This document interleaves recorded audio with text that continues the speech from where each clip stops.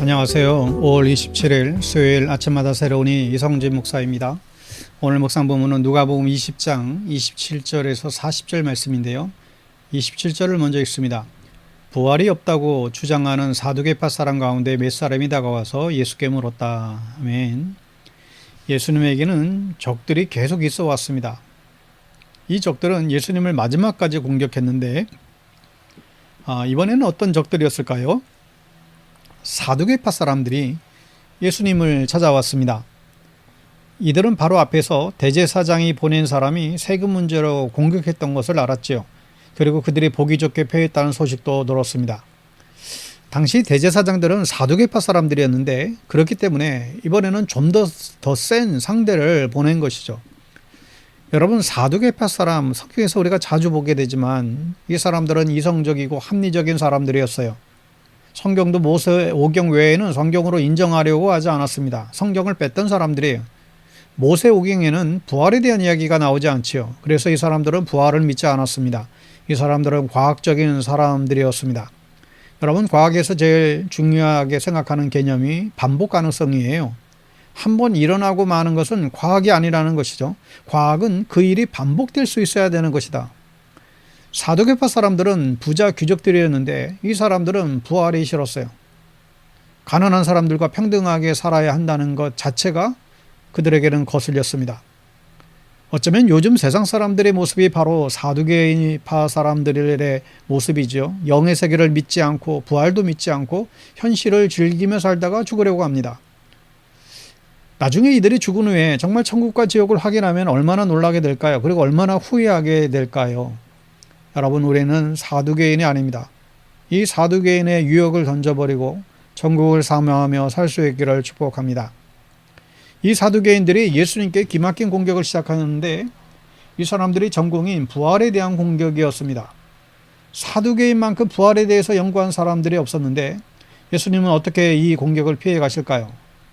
28절에 보면 선생님, 모세가 우리에게 써주기를 어떤 사람의 형이 자식이 없이 아내를 남겨두고 죽으면 그 동생이 형수를 맞아들여서 뒤를 이을 아들을 자기 형에게 세워줘야 된다고 했습니다. 바로 형사 취수 제도를 설명하는 거예요. 형이 자식을 못 낳고 죽으면 동생이 형수를 먹여 살려야 했는데 당시에 극빈자 과부들을 위한 그런 제도였습니다. 그런데 이들이 질문하기를 근데 7 형제가 있었습니다. 마지가 아내를 얻어서 살다가 자식이 없어 죽었습니다. 그래서 둘째가 그 여자를 맞아들였는데 그 다음에 셋째가 또 그 여자를 맞아들였습니다. 7 형제가 다 그렇게 하였는데 모두 자식을 남기지 못하고 죽었습니다.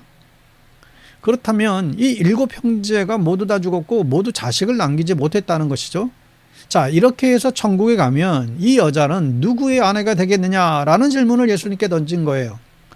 참 어떻게 보면 굉장히 난해한 질문이잖아요. 쉽게 답할 수가 없을 것 같습니다. 가본 사람 말고는 설명할 수가 없는 질문이죠. 그러나 예수님께서는 가본 사람답게, 아니 천국을 만드신 분답게 정확한 설명을 하세요. 34절 35절에 보면 예수께서 그들에게 말씀하기를 이 세상 사람들은 장가도 가고 시집도 가지만 저 세상과 죽은 사람들 가운데서 살아나는 부활에 참여할 자격을 얻은 사람은 장가도 가지 않고 시집도 가지 않는다. 자, 지금 예수님의 말씀을 잘 보세요. 이 말투가 어떤 말투입니까? 이 말투는 남에게 들은 말을 전하는 사람의 말투가 아니에요. 이 말투는 분명히 천국을 경험해 본 사람의 확신에 찬 말투이죠. 권세가 있는 말씀이에요. 천국에 가보지 못한 사두개인의 말은 천국을 경험하시고 천국을 설계하신 예수님의 말씀 앞에 무너질 수밖에 없었지요. 여러분, 천국은 시집장가 가지 않습니다. 이 땅에서 여러분 시집장가 가는 이 결혼의 삶을 여러분 누리시길 바랍니다. 자, 그렇다면 천국에서 가족관계는 어떻게 될까요?